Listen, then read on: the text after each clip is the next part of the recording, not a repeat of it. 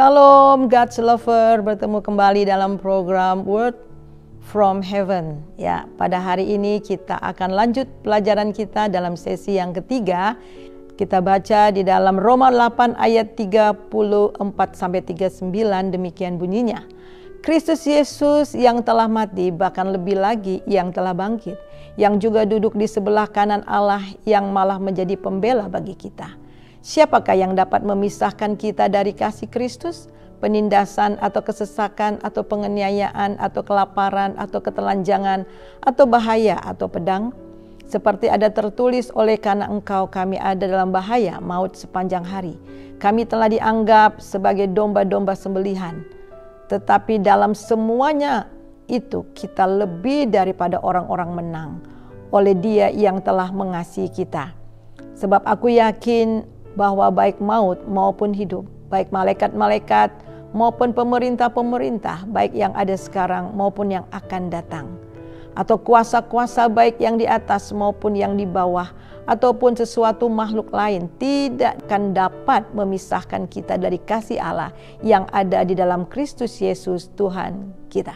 Nah, saudaraku yang kekasih, ini sangat luar biasa sekali janji Tuhan. Yesus telah bangkit dari maut.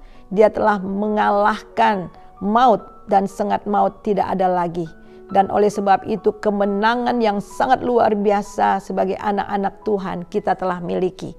Nah, itulah sebabnya dasar daripada kemenangan orang Kristen itu adalah kebangkitan Tuhan Yesus.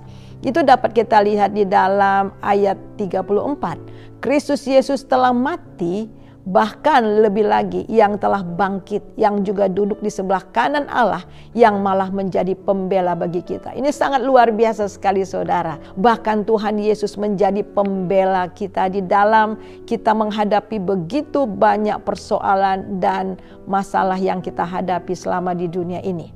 Nah, saudara, perlu saudara ketahui bahwa kemenangan itu sudah kita terima di dalam Tuhan Yesus. Bukan sesuatu yang kita usahakan, tetapi sesuatu yang sudah kita terima. Kemenangan sudah kita terima di dalam Tuhan Yesus. Dan Tuhan mau supaya kita hidup di dalam kemenangan itu. Nah, di dalam 1 Korintus pasal 15 ayat 57 mengatakan, tetapi syukur kepada Allah yang telah memberikan kepada kita kemenangan oleh Kristus Yesus Tuhan kita. Jadi saudara, mari kita hidup di dalam kemenangan di dalam Kristus. alasan daripada kemenangan kita itu. Yang pertama itu adalah kita memiliki Roh Kudus. Ini dahsyat banget ya, bahwa di dalam Roma pasal yang ke-8 ayat yang kedua, Roh yang memberi hidup telah memerdekakan kamu dalam Kristus dari hukum dosa dan hukum maut. Jadi ketika saudara dan saya menerima Tuhan Yesus sebagai Tuhan dan Juru Selamat, kita menerima Roh Kudus. Ini luar biasa sekali. Roh Kudus inilah yang memerdekakan kita. Jadi yang memerdekakan kita sehingga kita memiliki kemenangan. Yang pertama itu adalah kita dimerdekakan dari kutuk. Kita dimerdekakan dari hukuman. Kemarin kita sudah belajar bahwa kita dimerdekakan, kita dibatalkan dari hukuman-hukuman. Oleh karena apa? Oleh karena Kristus sudah terhukum untuk kita. Jadi lewat Roh Kudus yang ada dalam diri kita, kita mendapatkan hidup. Kita dimerdekakan dari hukum dosa dan hukum maut. Yang kedua, saudara, kemenangan yang kita terima, kita menang atas dosa. Roma 8 ayat 11-13. Dan jika roh Dia yang telah membangkitkan Yesus dari antara orang mati diam di dalam kamu, maka Ia yang telah membangkitkan Kristus Yesus dari antara orang mati akan menghidupkan juga tubuhmu yang fana oleh Roh-Nya yang diam di dalam kamu.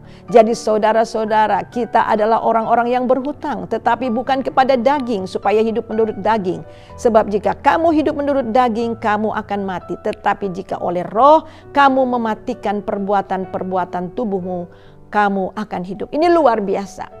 Roh yang membangkitkan, Roh Kudus yang membangkitkan Yesus dari kematian juga telah membangkitkan saudara dan saya dari kematian rohani. Dan Roh Kudus itulah yang mematikan perbuatan-perbuatan daging di dalam diri kita. Itu artinya ketika kita menyerahkan hidup kita sepenuhnya kepada Roh Kudus, ada kemenangan, kita menang atas dosa. Kita bisa katakan no to sin.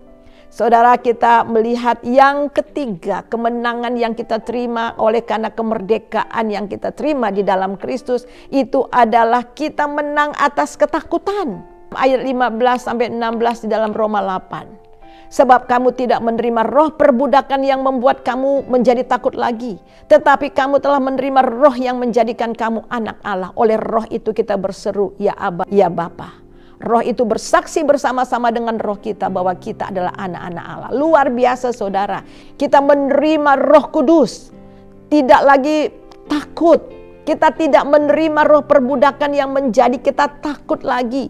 Tetapi kita telah menerima Roh Kudus. Saat saudara terima Yesus, kita menerima Roh Kudus. Roh Kudus itulah jaminan bahwa kita ini adalah anak-anak Allah. Dan di sini dikatakan oleh Roh Kudus kita berseru ya Aba ya Bapa. Perhatikan, oleh roh itu, roh Dia dengan roh kita berseru ya Aba ya Bapa.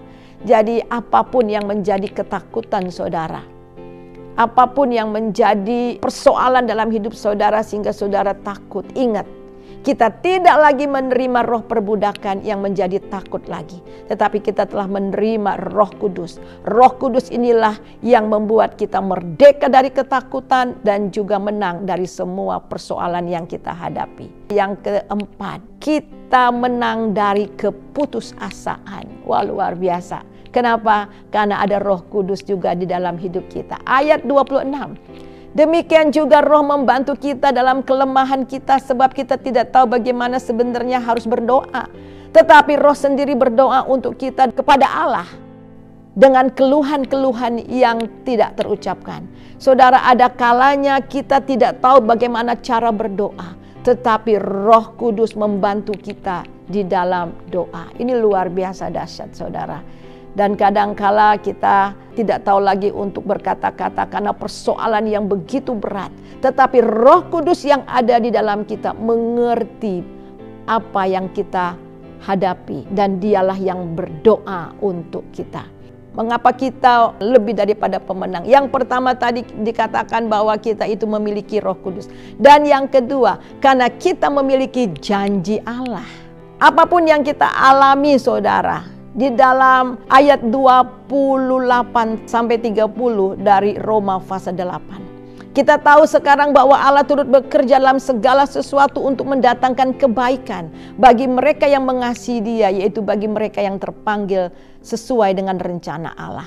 Nah, segala sesuatu, persoalan, masalah yang kita hadapi, apapun kondisi kita, Allah turut bekerja bersama-sama untuk mendatangkan kebaikan. Justru saudara, persoalan itu dipakai oleh Tuhan supaya kita mencapai destiny yang Tuhan sudah tetapkan kepada kita. Perhatikan 29:30 di sini dikatakan, sebab semua orang yang dipilihnya dari semula, mereka juga ditentukannya dari semula untuk menjadi serupa dengan gambar anaknya, supaya ia anaknya itu menjadi yang sulung di antara banyak saudara. Dan mereka yang ditentukannya dari semula, mereka juga dipanggilnya. Dan mereka yang dipanggilnya, mereka juga dibenarkannya. Dan mereka yang dibenarkannya, mereka juga yang dimuliakannya. Luar biasa. Jadi kita yang dibenarkannya, kita akan dimuliakan, dan justru lewat persoalan yang kita hadapi, Tuhan membentuk kita untuk menjadi serupa dengan Dia. Karakter kita dibentuk. Saudara harus tahu bahwa akhir dari kekristenan itu, tujuan kekristenan itu adalah supaya kita menjadi serupa dengan Kristus. Dan yang terakhir itu adalah karena kita memiliki kasih Allah. Mengapa kita lebih daripada pemenang? Karena kita memiliki kasih Allah.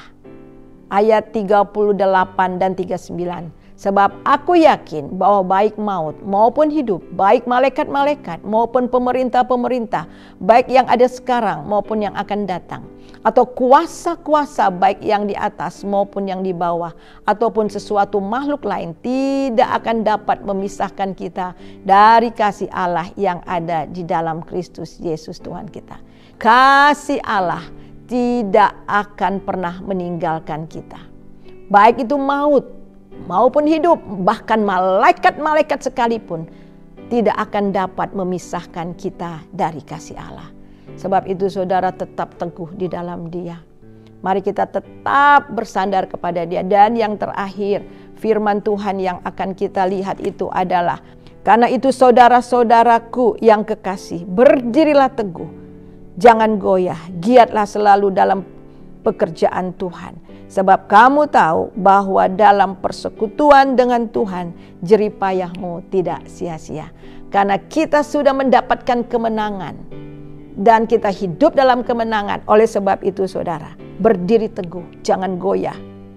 Giatlah selalu dalam pekerjaan Tuhan. Sebab kita tahu bahwa jerih payah kita tidak akan pernah sia-sia. Mari kita berdoa. Terima kasih Tuhan untuk firman-Mu. Terima kasih karena lewat kebangkitan Tuhan Yesus, lewat Roh Kudus yang tinggal dalam kami, kami lebih daripada pemenang. Terima kasih buat janji-janji-Mu, terima kasih buat kasih-Mu, sehingga apapun yang terjadi dalam hidup kami tetap berdiri teguh. Terima kasih, di dalam nama Yesus Tuhan kami berdoa. Haleluya. Amin. God's Lover diharapkan membagikan link YouTube renungan ini kepada saudara, kerabat, dan teman. Terima kasih, Tuhan Yesus memberkati. Shalom.